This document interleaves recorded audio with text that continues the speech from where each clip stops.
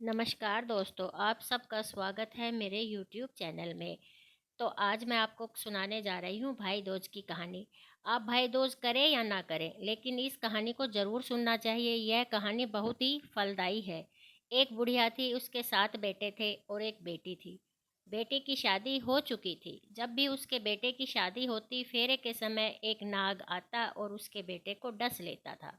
बेटा वहीं ख़त्म हो जाता और बहू विधवा हो जाती। इस तरह उसके 6 बेटे मर गए। 7वें की शादी होनी बाकी थी।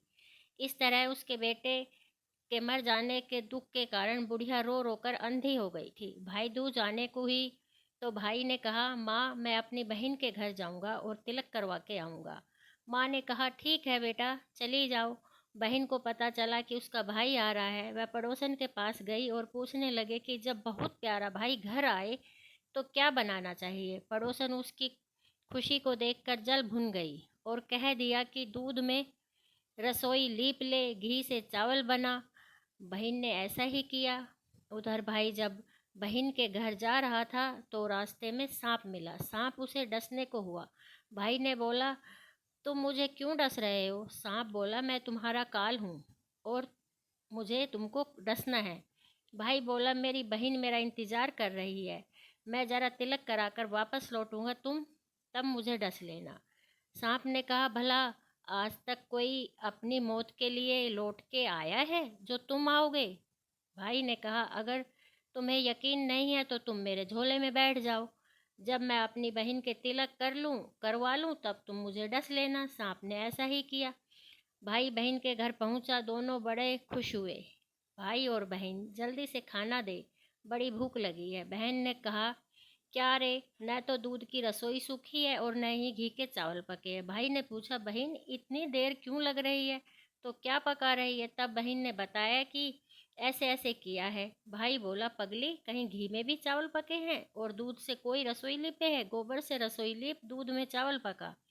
बहन ने ऐसा ही किया। खाना खा के भाई जब जोर के नींद आने लगी, इतने में बहन ने के बच्चे आ गए और बोले, मामा मामा हमारे लिए क्या लाए हो? भाई बोला, मैं तो कुछ नहीं लाया। बच्चों ने कहा, झोला ले लिया जिसमें सांप था। जैसे ही उसने झोला खोला, उसमें हीरे का हार निकला। बहन ने कहा, भैया तूने बताया नहीं कि तू मेरे लिए इतना सुंदर हार लाए हो। भाई बोला, बहना तुझे पसंद है तो ले लूं, मुझे हार का क्या करना। अगले दिन भाई बोला, अब मुझे जाना है, मेरे लिए खाना रख दे। बहन उसके लिए लड्डू बना के एक डब्बे में रख दिए। भाई कुछ दूर जाकर थक कर पेड़ के नीचे सो गया। उधर बहन ने जब बच्चों को भूख लगी तो कहा, माँ हमें खाना दो। माँ ने कहा, खाना अभी बनने में देर है। तो बच्चे बोले, मामा को तो जो रखा है वही दे दो। वह बोली कि लड्डू बनाने के लिए बाजरा पीसा था, वही बचा पड़ा है। चक्की में जाकर देखा तो वहाँ उसने सांप की हड्डियाँ पड़ी है।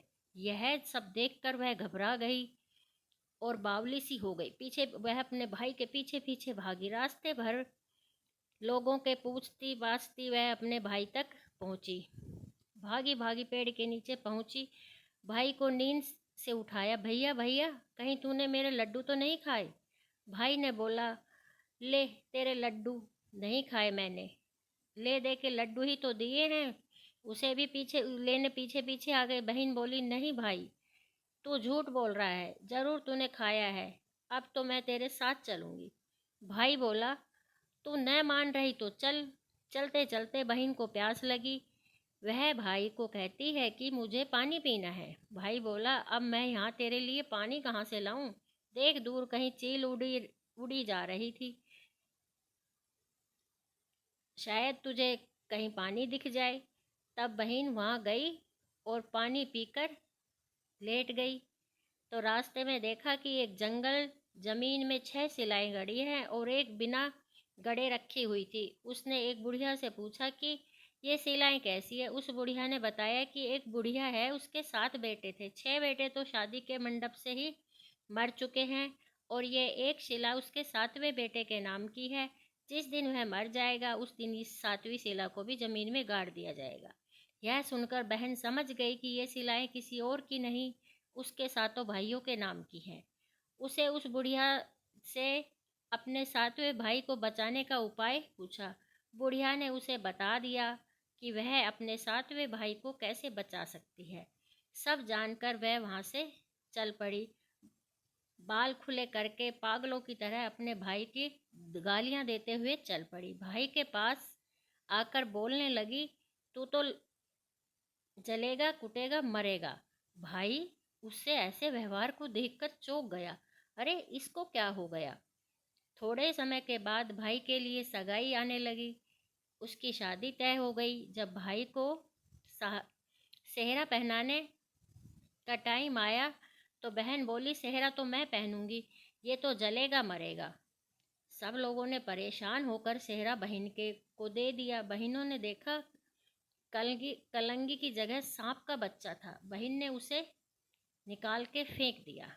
अब जब भाई घोड़ी चढ़ने लगा तो बहन फिर बोली, ये घोड़ी तो मैं चढ़ूंगी, ये तो जलेगा मरेगा, मरेगा, इसकी लाश तो चीख कौवे खाएंगे। सब लोग बहुत परेशान, सब उसे घोड़ी से चढ़ने से रोक दिया।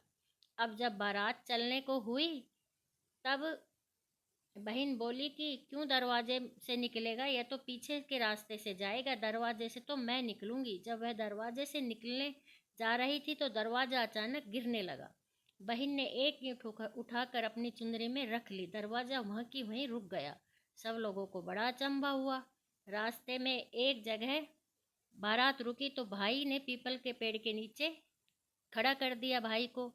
बहन कहने लगी, यह क्यों छाँव में खड़ा होगा, मैं धूप में खड़ी होंगी, छाँव में तो मैं खड़ी होंगी। जैसे ही वह पेड़ के नीचे खड़ी हुई पेड़ गिरने लगा। बहन ने एक पत्ता तोड़कर अपनी चुनरी में रख लिया, पेड़ वहीं की वहीं रुक गया।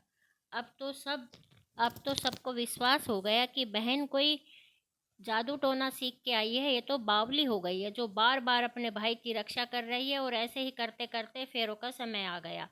जब दुल्हन आई तो उसने दुल्हन के कान में कहा, जब तक तो मैंने तेरे पति को बचा लिया, अब तू ही अपने पति की रक्षा करना और उसके मरे हुए जेठों को बचा सकती है तो बचा ले। फेरों के समय एक नाग आया। वो जैसे ही दूल्हे को डसने को हुआ, दुल्हन ने उसे एक लोटे में भर के ऊपर से प्लेट में बंद कर दिया। थोड़ी देर बाद नागिन लहर लहर करती हुई आई, दुल्हन से बोली, तू मेरा पति छोड़। दुल्हन बोली, पहले तू मेरा पति छोड़। नागिन ने कहा, ठीक है, मैंने तेरा पति छोड़ा। दुल्हन ने ऐसे नहीं, पहले 3 बार बोल। नागिन ने 3 बार बोला कि मैंने तेरा पति छोड़ा। दुल्हन बोली, एक मेरे पति से क्या होगा, हंसने बोलने के लिए जेठ भी तो होने चाहिए, घर परिवार भी तो चाहिए, एक जेठ को भी छोड़। नागिन ने जेठ के प्राण भी दे दिया। फिर दुल्हन ने कहा, एक जेठ की लड़ाई हो गई तो दूसरे जेठ को भी छोड़। इस तरह करके दुल्हन ने अपने 6 जेठ जीवित करा लिए। उधर रो रो के बुढ़िया का बुरा हाल कि जब तक मेरा 7वां बेटा कि बाकी बेटों की तरह मर जाएगा। गांव वालों ने उसे बताया कि उसके 7वें बेटे और बहुएं आ रही है। तो बुढ़िया बोली, अगर यह बात सच है तो मेरी आंखों की रोशनी वापस आ जाए और मेरे सीने से दूध की दहार बहने लगे। ऐसे ही हुआ। अपने सारे बहू बेटों को देखकर वह बहुत खुश हुई। बोली, यह सब तो मेरे बाउली का किया हुआ है, कहाँ है मेरी बेटी। सब बहन को ढूंढने लगे। देखा तो वह भूसे के कोठरी में सो रही थी। जब उसे पता चला कि उसका भाई सही सलामत है तो वह अपने घर को चली। उसके पीछे पीछे सारी लक्ष्मी भी जाने लगी।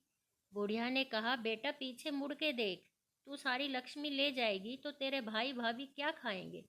तब बहन ने पीछे मुड़ के देखा, कहा, जो माँ ने अपने हाथों से दिया वह मेरे साथ चल, बाकी सब भाई भाभी के पास रहे। इस तरह एक बहन ने अपने भाई की रक्षा की। तो दोस्तों, कैसी लगी आपको यह भाई दूज की कहानी। अगर आपको अच्छी लगी हो तो प्लीज़ मेरे चैनल को लाइक शेयर सब्सक्राइब ज़रूर करें और ऐसी ही कहानियाँ सुनने के लिए हमारे साथ बने रहें। चलो मिलते हैं फिर अगली एक अच्छी सी कहानी के साथ। जैसे भाई दूज उस बहन को आई ऐसी सबको आए, सबके परिवार में सुख शांति बनी रहे, भाई बहन का प्यार बना रहे। जय राधे कृष्णा।